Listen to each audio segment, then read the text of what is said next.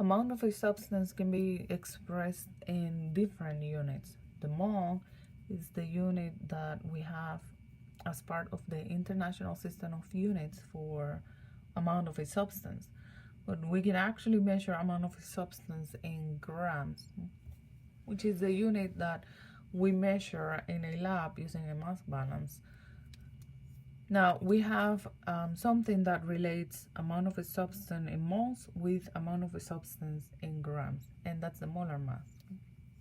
By definition, 1 mole of any substance is going to have a mass equal to a number in grams, and that is the molar mass of the substance, because the molar mass is telling you how many grams the substance weighs if you have 1 mole of that specific substance. Now we can actually calculate the mass of 1 atom for any element in the periodic table using the mass of the protons and the neutrons. The atomic mass is given by the addition of the masses of your protons and neutrons. So I'm using carbon here as an example, and this is the only calculation that I'm going to show you using this here. I have my carbon atom that contains 6 protons and 6 neutrons, because that's your atomic number right there. So I have 6 protons, 6 neutrons for every atom of carbon. Now this number here is the mass of 1 proton, times 10 to the minus 24, and that mass is given in grams. So if you have 6 protons, that will be 6 times the mass of each proton. That will give you this number here, 1 times 10 to the minus 3 grams. That's the mass of 6 protons. Now, for your 6 neutrons that you have in carbon, you have here a mass for every neutron in grams, and you don't need to know these numbers. So when you do 6 times the mass of each neutron in grams, you're going to get this number here. Those two masses are very close to each other, almost the same number, so you're getting the same number here when it's rounded to 3 significant figures. Since the mass of each atom is given by the addition of your protons and neutrons, when you add these two numbers together, that's the amount in grams that you have for 6 protons plus 6 neutrons. Every single atom of carbon contains 6 protons and 6 neutrons, which means that that number is telling you the mass of each single atom of carbon. Every atom of carbon is going to have that mass in grams. Now, if instead of having 1 atom of carbon, you have 6.02 times 10 to the 23 atoms of carbon, every atom of carbon has a mass equal to 2 times 10 to the minus 23 grams, which is what I calculated here, adding the masses of 6 protons and 6 neutrons. If you have that amount of atoms of carbon, you can use this as a conversion factor to determine how many grams you have now, because instead of having 1 atom, you have this number of atoms of carbon. So that's going to give you 12 grams. That number is your Avogadro's number. So in every mole of carbon, you have 6.02 times 10 to the 23 atoms of carbon, which means that these 12 grams here, it's the amount in grams that corresponds to 1 mole of carbon, which is your 6.02 times 10 to the 23 atoms of carbon. That number represents the molar mass of carbon, because you're calculating the number of grams that you have for every mole of carbon. Now this number here, we don't have to do this here every time that we need to find out the mass for 1 mole of carbon, or the mass for 1 mole of nitrogen, or for any other element in the periodic table. This number here, we don't have to calculate that number. That number is part of the information that you have in the periodic table. I have here two different examples. I'm giving you carbon because it's the one that we just calculated. And then we have oxygen. Here you have your atomic number and you have 12, or you might have something a little bit different from 12 depending on the periodic table that you're using, but it should be a number close to 12. And then for oxygen, atomic number 8, we have 16, and again, depending on the periodic table that you're using, you might have 15.99 or something close to 16. But for all of your elements, that number that you have down there represents the molar mass. So that's why we don't have to calculate the molar mass for the elements every time we need that number, because it's actually given in the periodic table. Every element in the periodic table is telling you the mass in grams for every mole of that element. So for carbon, 1 mole of carbon that contains this number of atoms here, 6.02 times 10 to the 23, is going to have a mass of 12 grams. For oxygen, you have 1 mole of oxygen, it's going to have a mass of 16 grams, and that's the same as having 6.02 times 10 to the 23 atoms of oxygen. So this number of atoms of oxygen, which is 1 mole, has a mass of 16 grams. So for your elements, you can find the molar masses in the periodic table. Right? The number that you have two numbers, the atomic number and the molar masses for the elements. For compounds, when you have like different atoms combined, like forming chemical bonds combined to give you a compound, it's not as simple as looking at the periodic table, because you have to calculate the actual molar mass for the compounds. You still need to use the periodic table to find out the masses for all of the elements, but you need to add all of those masses together to get the mass of your compound. So I'm using a simple molecule here. You have carbon dioxide, 1 atom of carbon bonded to 2 atoms of oxygen.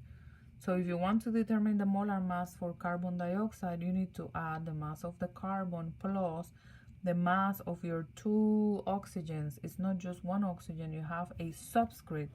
That subscript belongs to the oxygen, only to the oxygen, okay? So that is 1 carbon and 2 oxygen. So I have the mass for carbon plus 2 oxygen atoms times the mass for each one right here. So when you add everything together, you're going to get 44 grams per mole. Every mole of carbon dioxide has a mass of 44 grams. Every mole of carbon dioxide contains 6.02 times 10 to the 23 molecules of carbon dioxide. And that amount of molecules of carbon dioxide has a mass of 44 grams. That's what the molar mass is telling you.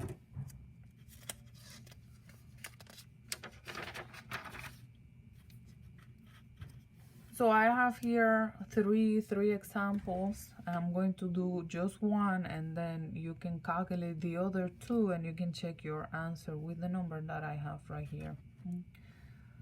So magnesium nitride, right? Formula: magnesium, the metal on the left, the non-metal on the right, and then you need subscripts to balance your charges. Magnesium is +2, nitrogen, the ion of nitrogen, your nitride, is -3.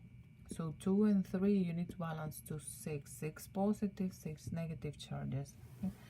So that's just to review on how to write down the formulas for your compounds. So you have three ions of magnesium in your ionic compound, magnesium nitride. Each magnesium in the periodic table has a mass of 24. And I usually round the numbers for the masses to a whole number because it's what I can remember without looking at the periodic table. So I'm rounding just to 24. And for nitrogen, you have 2 atoms of nitrogen, and each one has a mass of 14 grams per mole. you can check your numbers in the periodic table. I'm not making up the numbers. I have carbon, magnesium here, that's 24.3, so I'm rounding to 24. And I have nitrogen here, 14.007, so I'm rounding that one just to 14.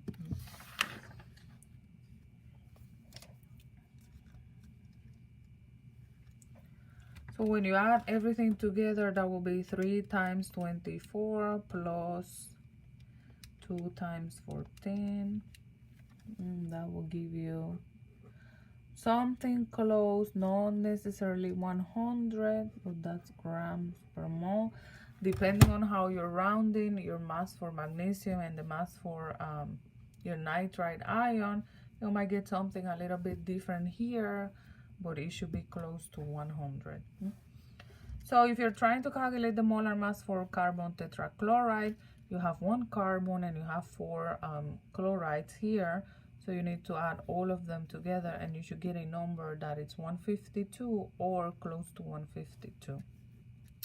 Aluminum carbonate, you have a polyatomic ion here. And when you have a polyatomic ion and a subscript outside of a parenthesis, it means that you have 3 carbonates, okay? It's not just 1, it's 3 of them.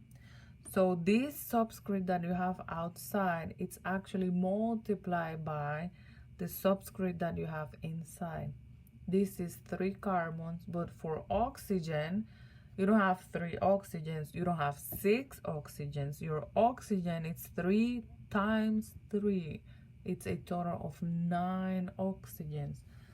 If you have aluminum carbonate, what you have is 2 aluminums, like that. And you have 1, 2, 3 carbonate ions. So 2 for this one, and you have 1, 2, 3 carbons, 1, 2, 3 oxygens. In each one you have 3. So 3, 6, 9, which is the same as multiplying your subscripts. Okay? So 3 times 3 gives you the 9 oxygens. So when you're done calculating the molar mass for your aluminum carbonate, you should get a number that is close to 234. Now, calculating the molar mass, it's important, but it's important because you need to have a correct number to use the molar mass as a conversion factor. In a similar way that we did with Avogadro's number, that we were using Avogadro's number to convert a number in units of moles to number of particles, or number of particles to amount in moles. We're going to use the molar mass to convert grams to moles or moles to grams. So I'm using the molar mass for the magnesium nitride, the first one here, as an example.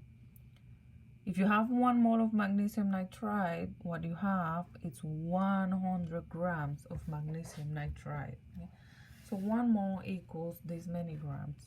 Similar to 1 mole of carbon equals 12 grams. So we can use this here to write down 2 possible conversion factors. One with mole on top and another one with grams on top, and on the bottom part of your conversion factor, you 1 mole. Molar mass by definition is grams per mole. So it's always 1 mole when you're using the molar mass, is the grams in 1 mole of a substance.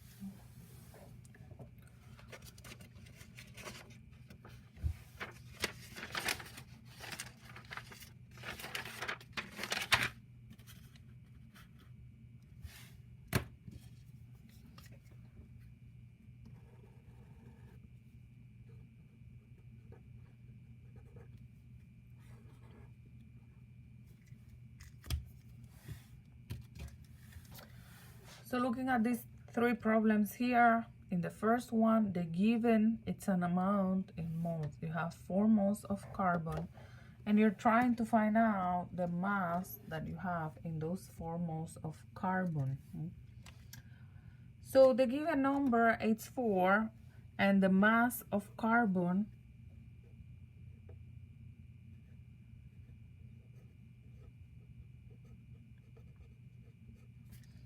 It's 12 grams in every mole of carbon from the periodic table, which means that with that you can get two possible conversion factors, 12 grams over 1 mole or 1 mole over 12 grams. For any molar mass, you can always get two possible conversion factors, not just for carbon, not just for elements, for any substance. If you have the molar mass, you can get your two conversion factors, one with grams on the top part and another one with the mole, unit of mole in the top part of your conversion factor. So the given number is 4.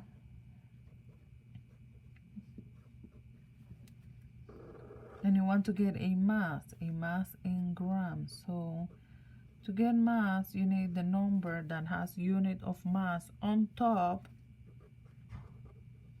over mole, so you can cancel out the unit of mole because that's not what you're trying to get. So if you do 4 times 12, that's 4 moles times 12 grams divided by 1 mole. Unit of mole is canceling out, and you will get a number here in units of grams.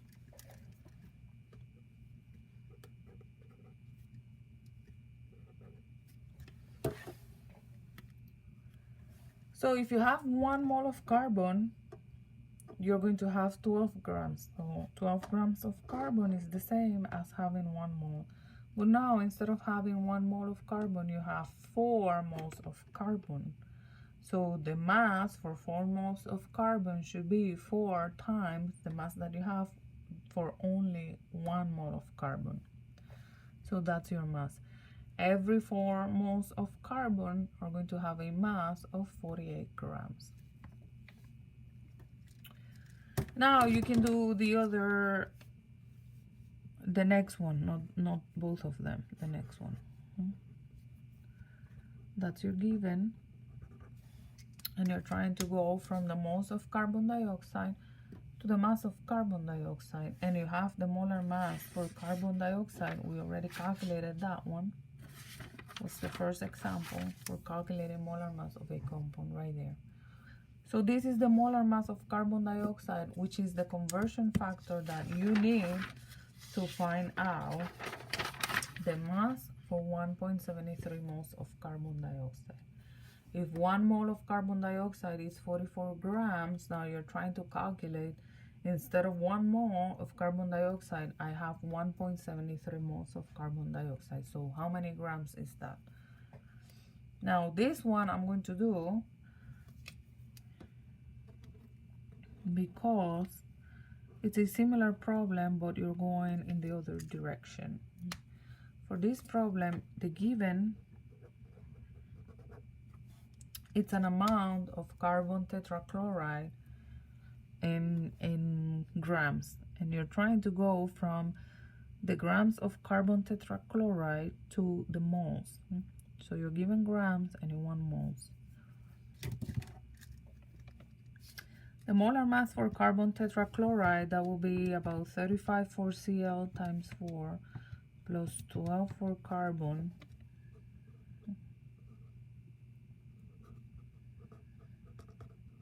Is about 152 or something close to 152 grams. Every mole of carbon tetrachloride has a mass of about 152 grams. So you can have your two possible conversion factors, 152 grams over 1 mole or 1 mole over 152 grams. If the given amount is in grams and you're trying to find out moles, you want to use this conversion factor here. If you're using this one, you have the unit that you're trying to get on the top part of your conversion factor and the unit that you want to cancel out, which is the gram, on the bottom part of your conversion factor. So if you have 3 grams of carbon tetrachloride times 1 mole divided by 152 grams, your grams are canceling out with grams, and you're getting a number that has units of moles. So that will be 3 divided by 152 grams.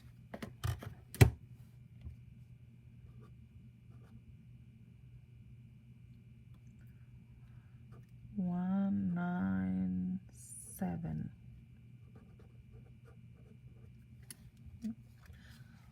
One mole of carbon tetrachloride has a mass of 152 grams. But instead of having 152 grams, what you have is just 3 grams of carbon tetrachloride, which means that you're going to have a number of moles that it's smaller than 1, because to have 1 mole, you need 152 grams. So if you have 3 grams, this is the amount of moles of carbon tetrachloride that you actually have. Since you can use the molar mass to convert between grams and moles, right? You can go from that unit to a number with this unit now, or from a number with unit of mole back to units of grams. The molar mass is what you're using as your conversion factor between these two units. Okay? So I have one example for each one. Here you have moles, and you're going to grams. So this one here, it's like this one that I'm doing down here. Mole is the given one, and you're getting grams from that number of moles. So if you have the number of moles and you want to find out grams, this is what you do. You multiply by the molar mass. You have the moles times the molar mass, that will give you the number of grams. So mole to grams, you're actually doing times the molar mass.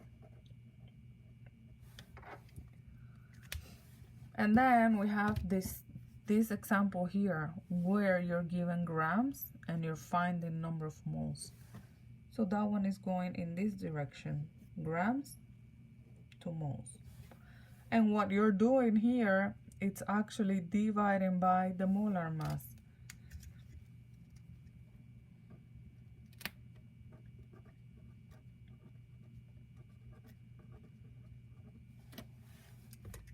So the molar mass for carbon tetrachloride is 152 grams per mole. So when you're dividing by the molar mass, that's multiplication of your reciprocal, which is what you see here. I don't have 3 grams divided by 152 over 1 mole. That's the multiplication of your reciprocal value, which is what I'm showing here. But it's the same thing. You're actually dividing by the molar mass, and you will get the same thing that you have right there. Now, between Avogadro's number and the molar mass, in both of those, you have mole, the unit mole. So I'm combining both in one diagram, because the unit mole, it's what connects amount in grams and amount in number of particles. So you can find out, like in your diagrams here, I have the first one, grams going to moles, you're dividing by the molar mass.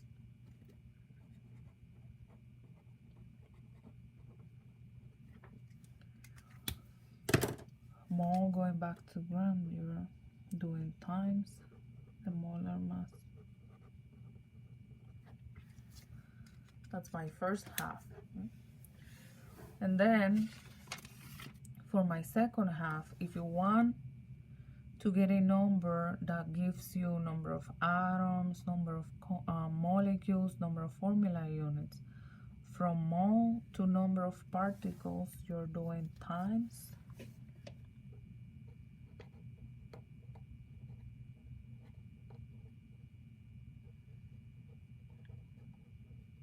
Avogadro's number.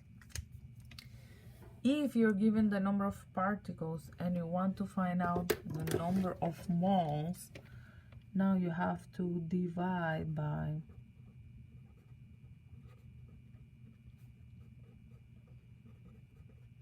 Avogadro's number.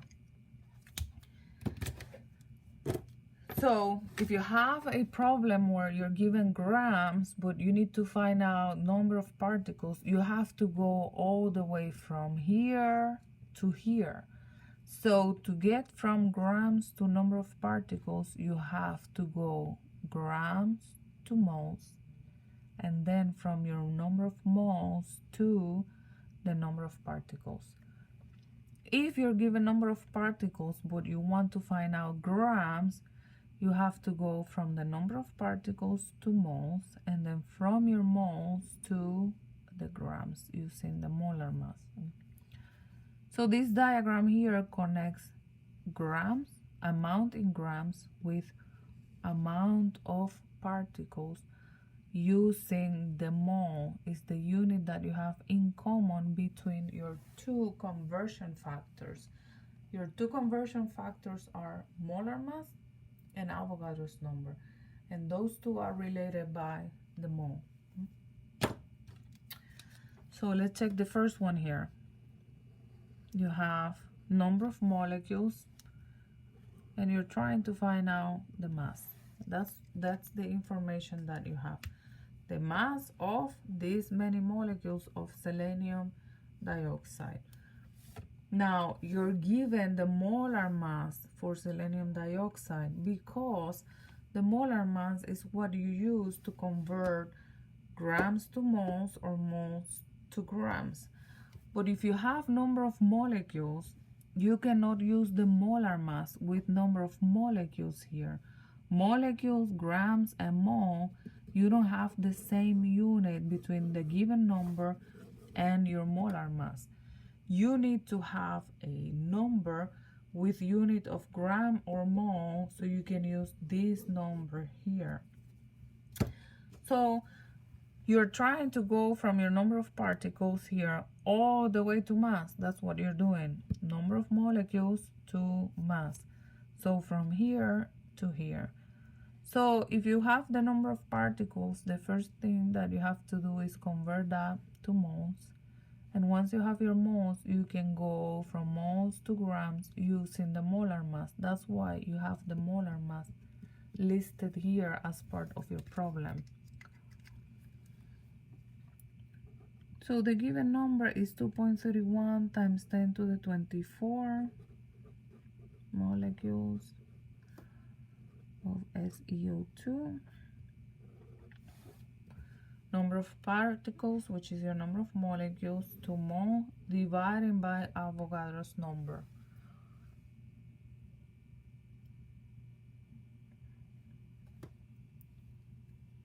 So every mole of selenium dioxide contains 6.02 times 10 to the 23 molecules.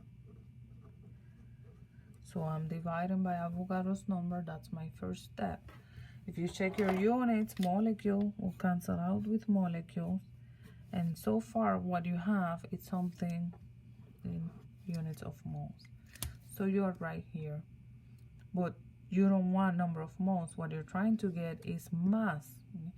And mass is grams. So you need to do an additional step right there to go from moles to grams.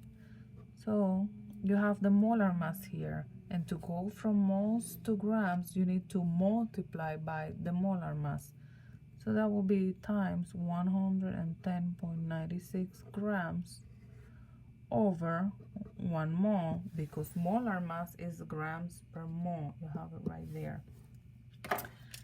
So now, unit of mole is canceling out with moles, and you're going to get a number that has units of grams.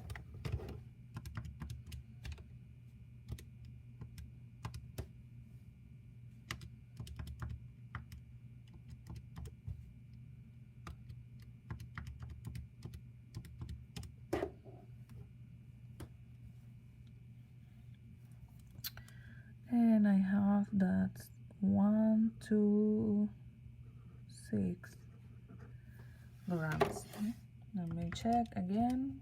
2.31 times 10 to the 24 times 1 times 110.96 divided by 6.02 times 10 to the 23 times 1.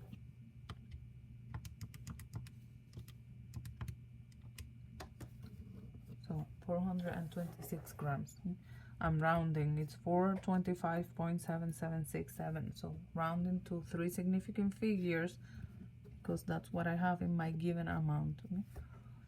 So when you have 1 mole of selenium dioxide, you're going to have 6.02 times 10 to the 24 molecules, which is the same as 110.96 grams.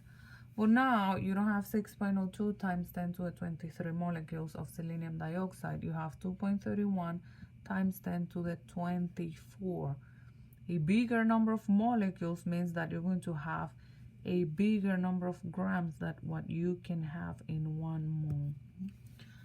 So the next one you're going to solve, and this is given grams, and you're trying to find out number of particles, which is your molecules. So for this one, you're going from grams to mole, and from mole to number of particles.